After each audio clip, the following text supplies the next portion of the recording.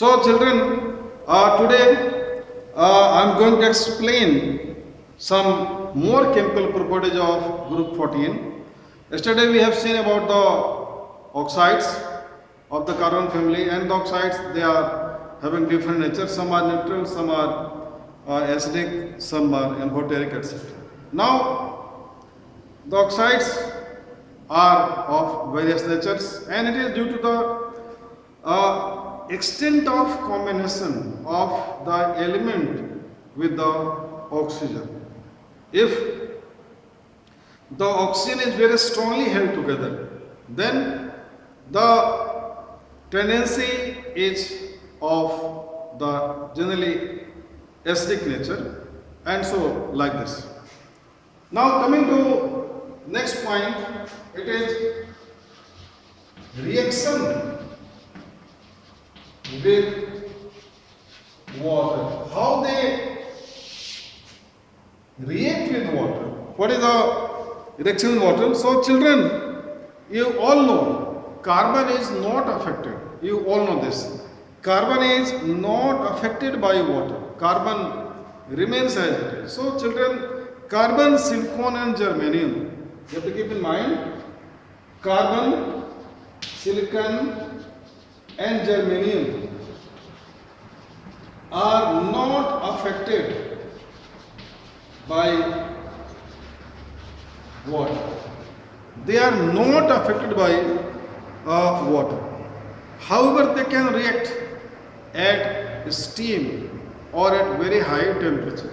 However, they can react with steam only at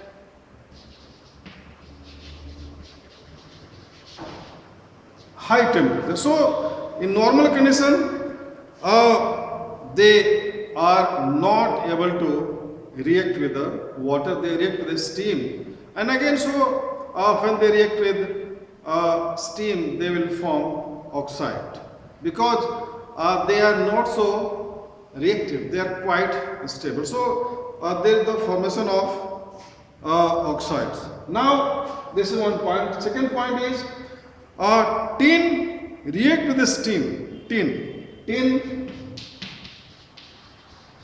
reacts with steam. Tin reacts with the steam, and there is formation of dioxide. So Sn plus H2O, this is gas, high temperature. Dioxide, SnO2. So it causes oxidation. The point is that it is oxidized, there is oxidation, and so there is. Now lead is highly stable. Children have to keep in mind, lead is highly stable, and because of the presence of protective layer, lead is unaffected. Lead is unaffected even by steam. It is unaffected even by steam due to presence of oxide layer on the surface. Children, this is very important point to note, that lead is not so reactive, but lead is slowly attacked by oxygen, because lead is a metal. Tin is also a metal, but lead is in the bottom. Lead is in the bottom, and so lead reacts with air very slowly, and there is formation of PbO. Then if you balance Now this oxide layer makes the surface dull. This is very important point. Oxide layer makes the surface of lead dull, or it is slightly blackish. There is the blackish layer, and children, we can identify lead.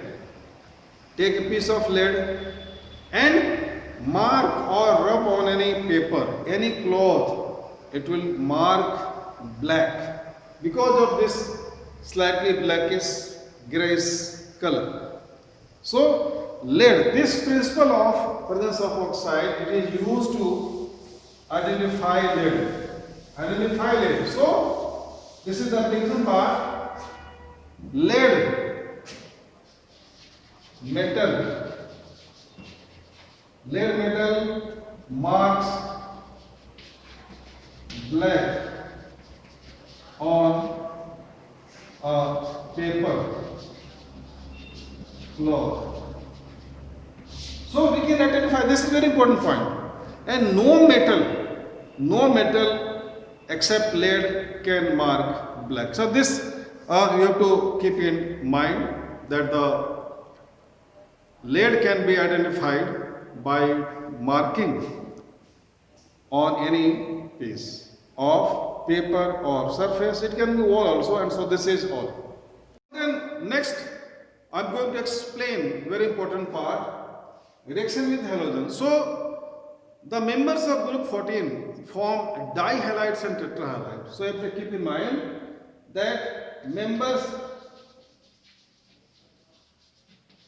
of carbon family forms di and tetrahalide. Di and tetrahalides, di means when the two halogens are present, and tetra means when the four halogens are present.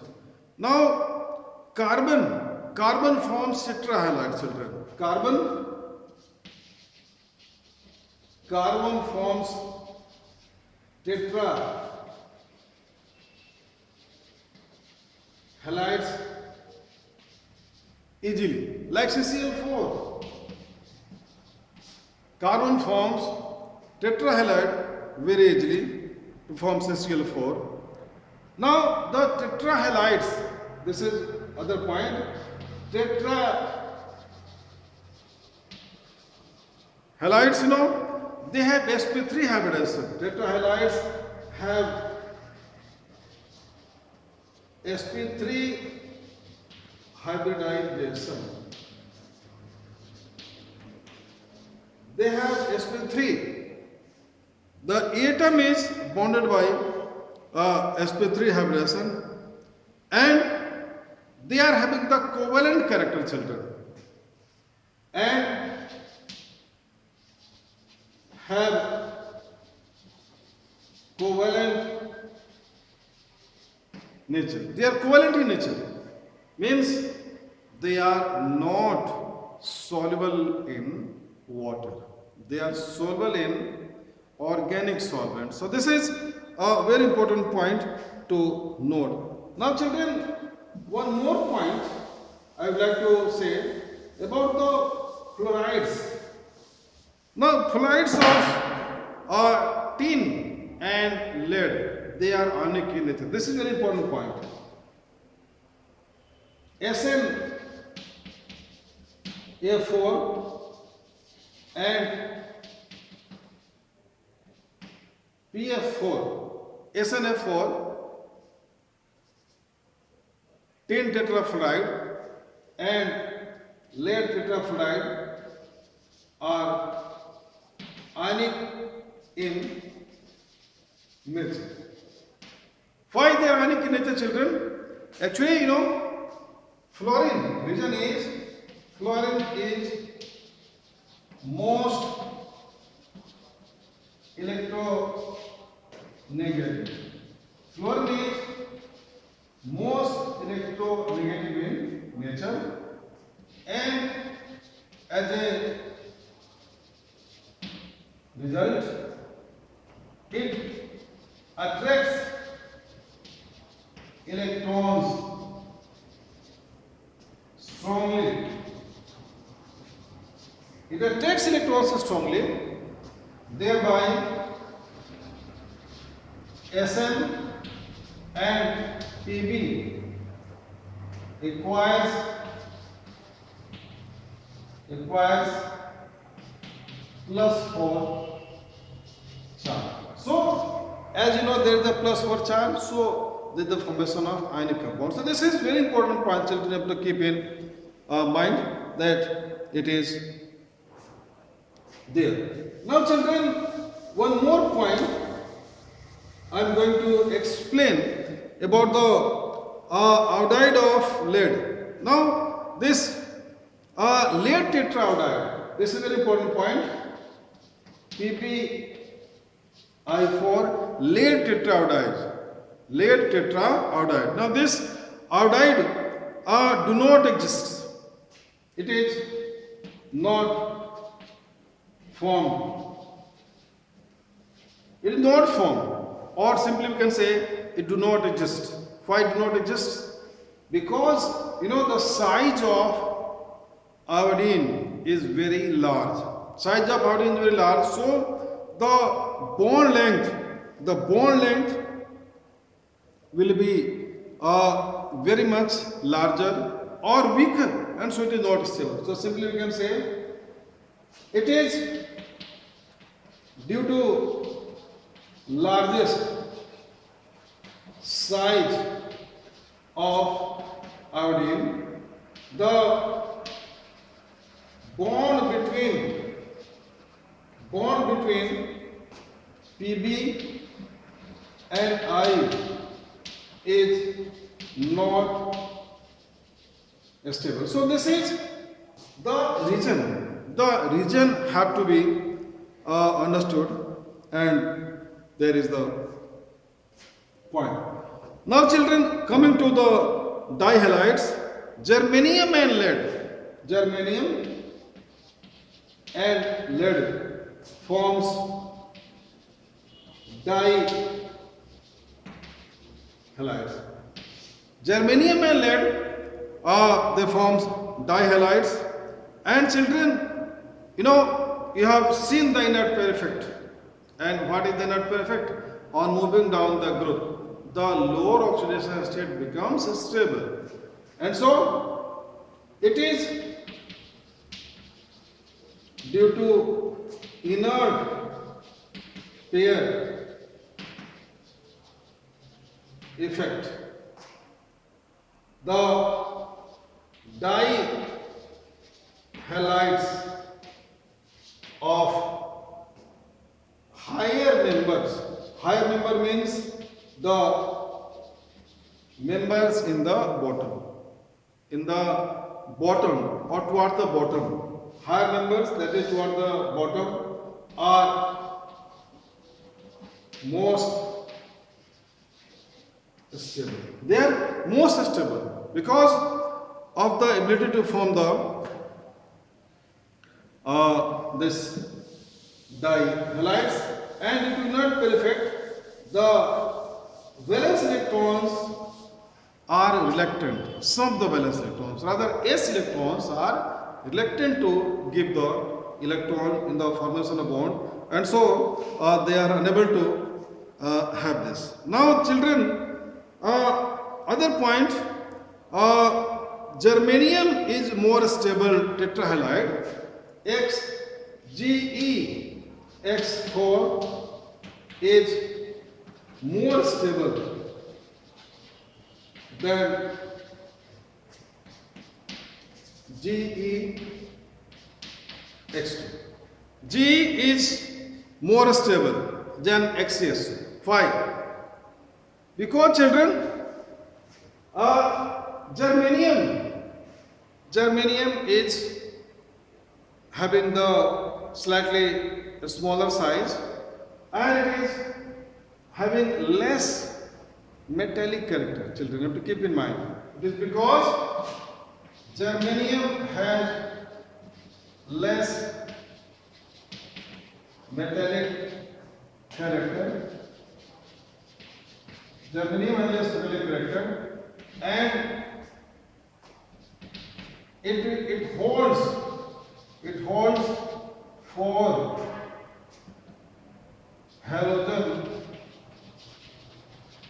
atoms by covalent bond easily. Now coming to dihalides, there the repulsion Xe, Ge, X2 experiences more repulsion, more repulsion is there, and so repulsive force, when they are more in magnitude, so it will be unstable. So children, this is a very important point to note in this connection. Now I am going to explain very important part about the hydrolysis of CCl4 and SiCl4. So this is, children, very important part. Carbon tetrachloride and silicon tetrachloride. So CCl4 plus S2, there will be no reaction. No reaction takes place. But when we take SiCl4 plus H2O, there is formation of silicic acid. This is silicic acid, and there is formation of HCl. This is silicic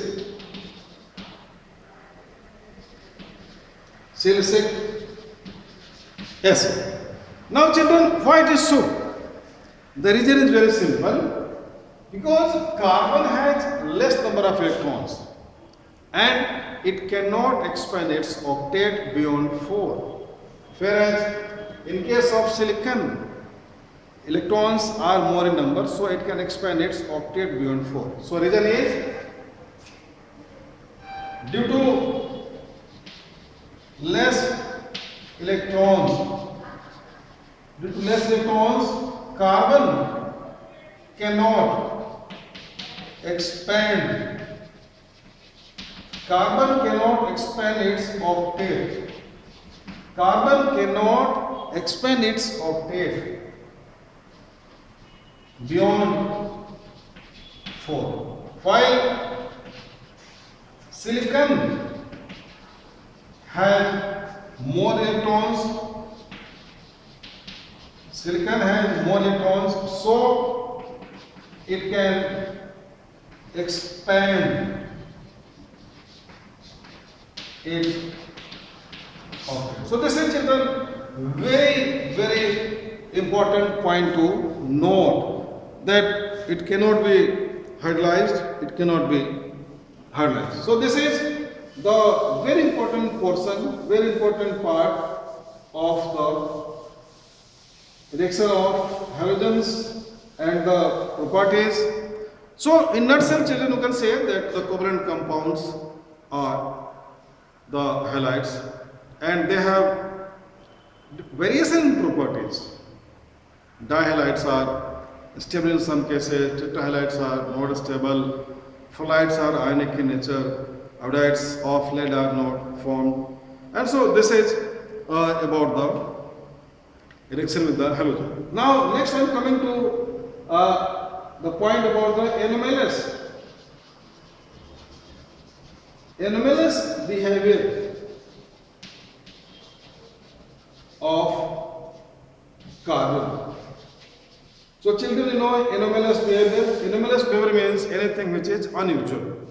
Anything which is unusual is called as anomalous behavior. So carbon, being the first member of group 14, it has unique character, and carbon differs from rest of members of its own family, and this is called as anomalous behavior. Once again I am repeating, anomalous behavior of carbon is defined as carbon differs from other members of its own group and it has some specific features and it is called as anomalous behavior. So, anomalous behavior of carbon, we have to see the reason. So, it is due to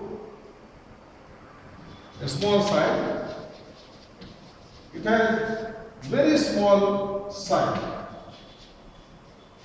A small size makes it an ideal compound to exhibit the anomaly. A small size is there. Now its ionization enthalpy is very high. Its ionization enthalpy is very high. So this ionization enthalpy is very high, children. It is due to very small size. So the size is very small carbon, and so it requires very large amount of energy. It requires very large amount of energy, and there is the very high requirement of energy.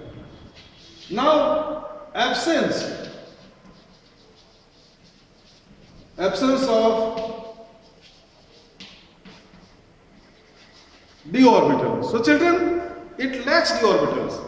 Previously I have said that CCl4 cannot pairwise, so it cannot expand its octet, or it lacks, you can say this. So it lacks d orbitals. This is one reason, and it cannot be expand its octet. So the d orbitals are obtained or cannot expand its octet beyond 4. Only tetra compounds, tetra halides, tetra are formed. Now children, its electronegativity is high. Its ionization enthalpy is also high. So it has high electronegative character. Its electron gaining tendency, it has very strong tendency to gain the electrons, because children, it is due to very small size. Very small size, it is non-metallic in nature. So due to this condition, the carbon is said to be that it has anomaly. It has anomaly with the other members of its own group. Now children, this is the anomaly. Now how it differs, we have seen. Now children, carbon, these are the differences.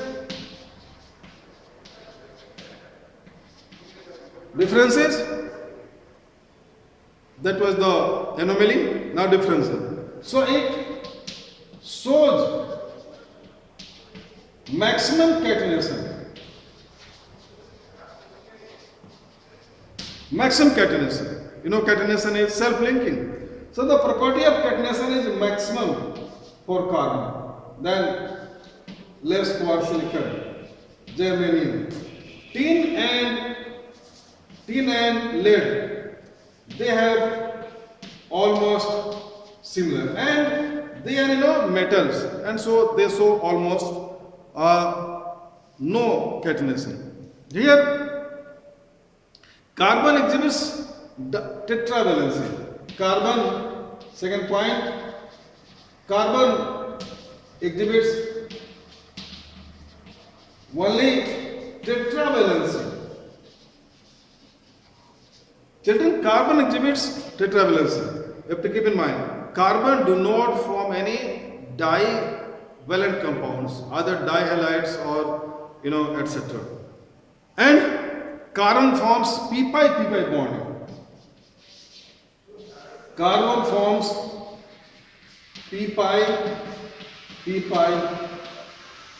bonds, And others forms, others forms p pi d pi bonds. Others forms, other do not forms with p pi d pi bond. You have to here keep in mind. And other members or others do not form p pi bond. They form p pi d pi bond as the size is larger, so they cannot exhibit this tendency. And so children, this is very important point to note. And coming to the allotropes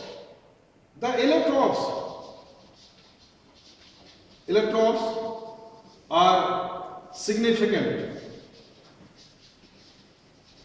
Allotropes are significant in this case, and so this is the very important point about this carbon.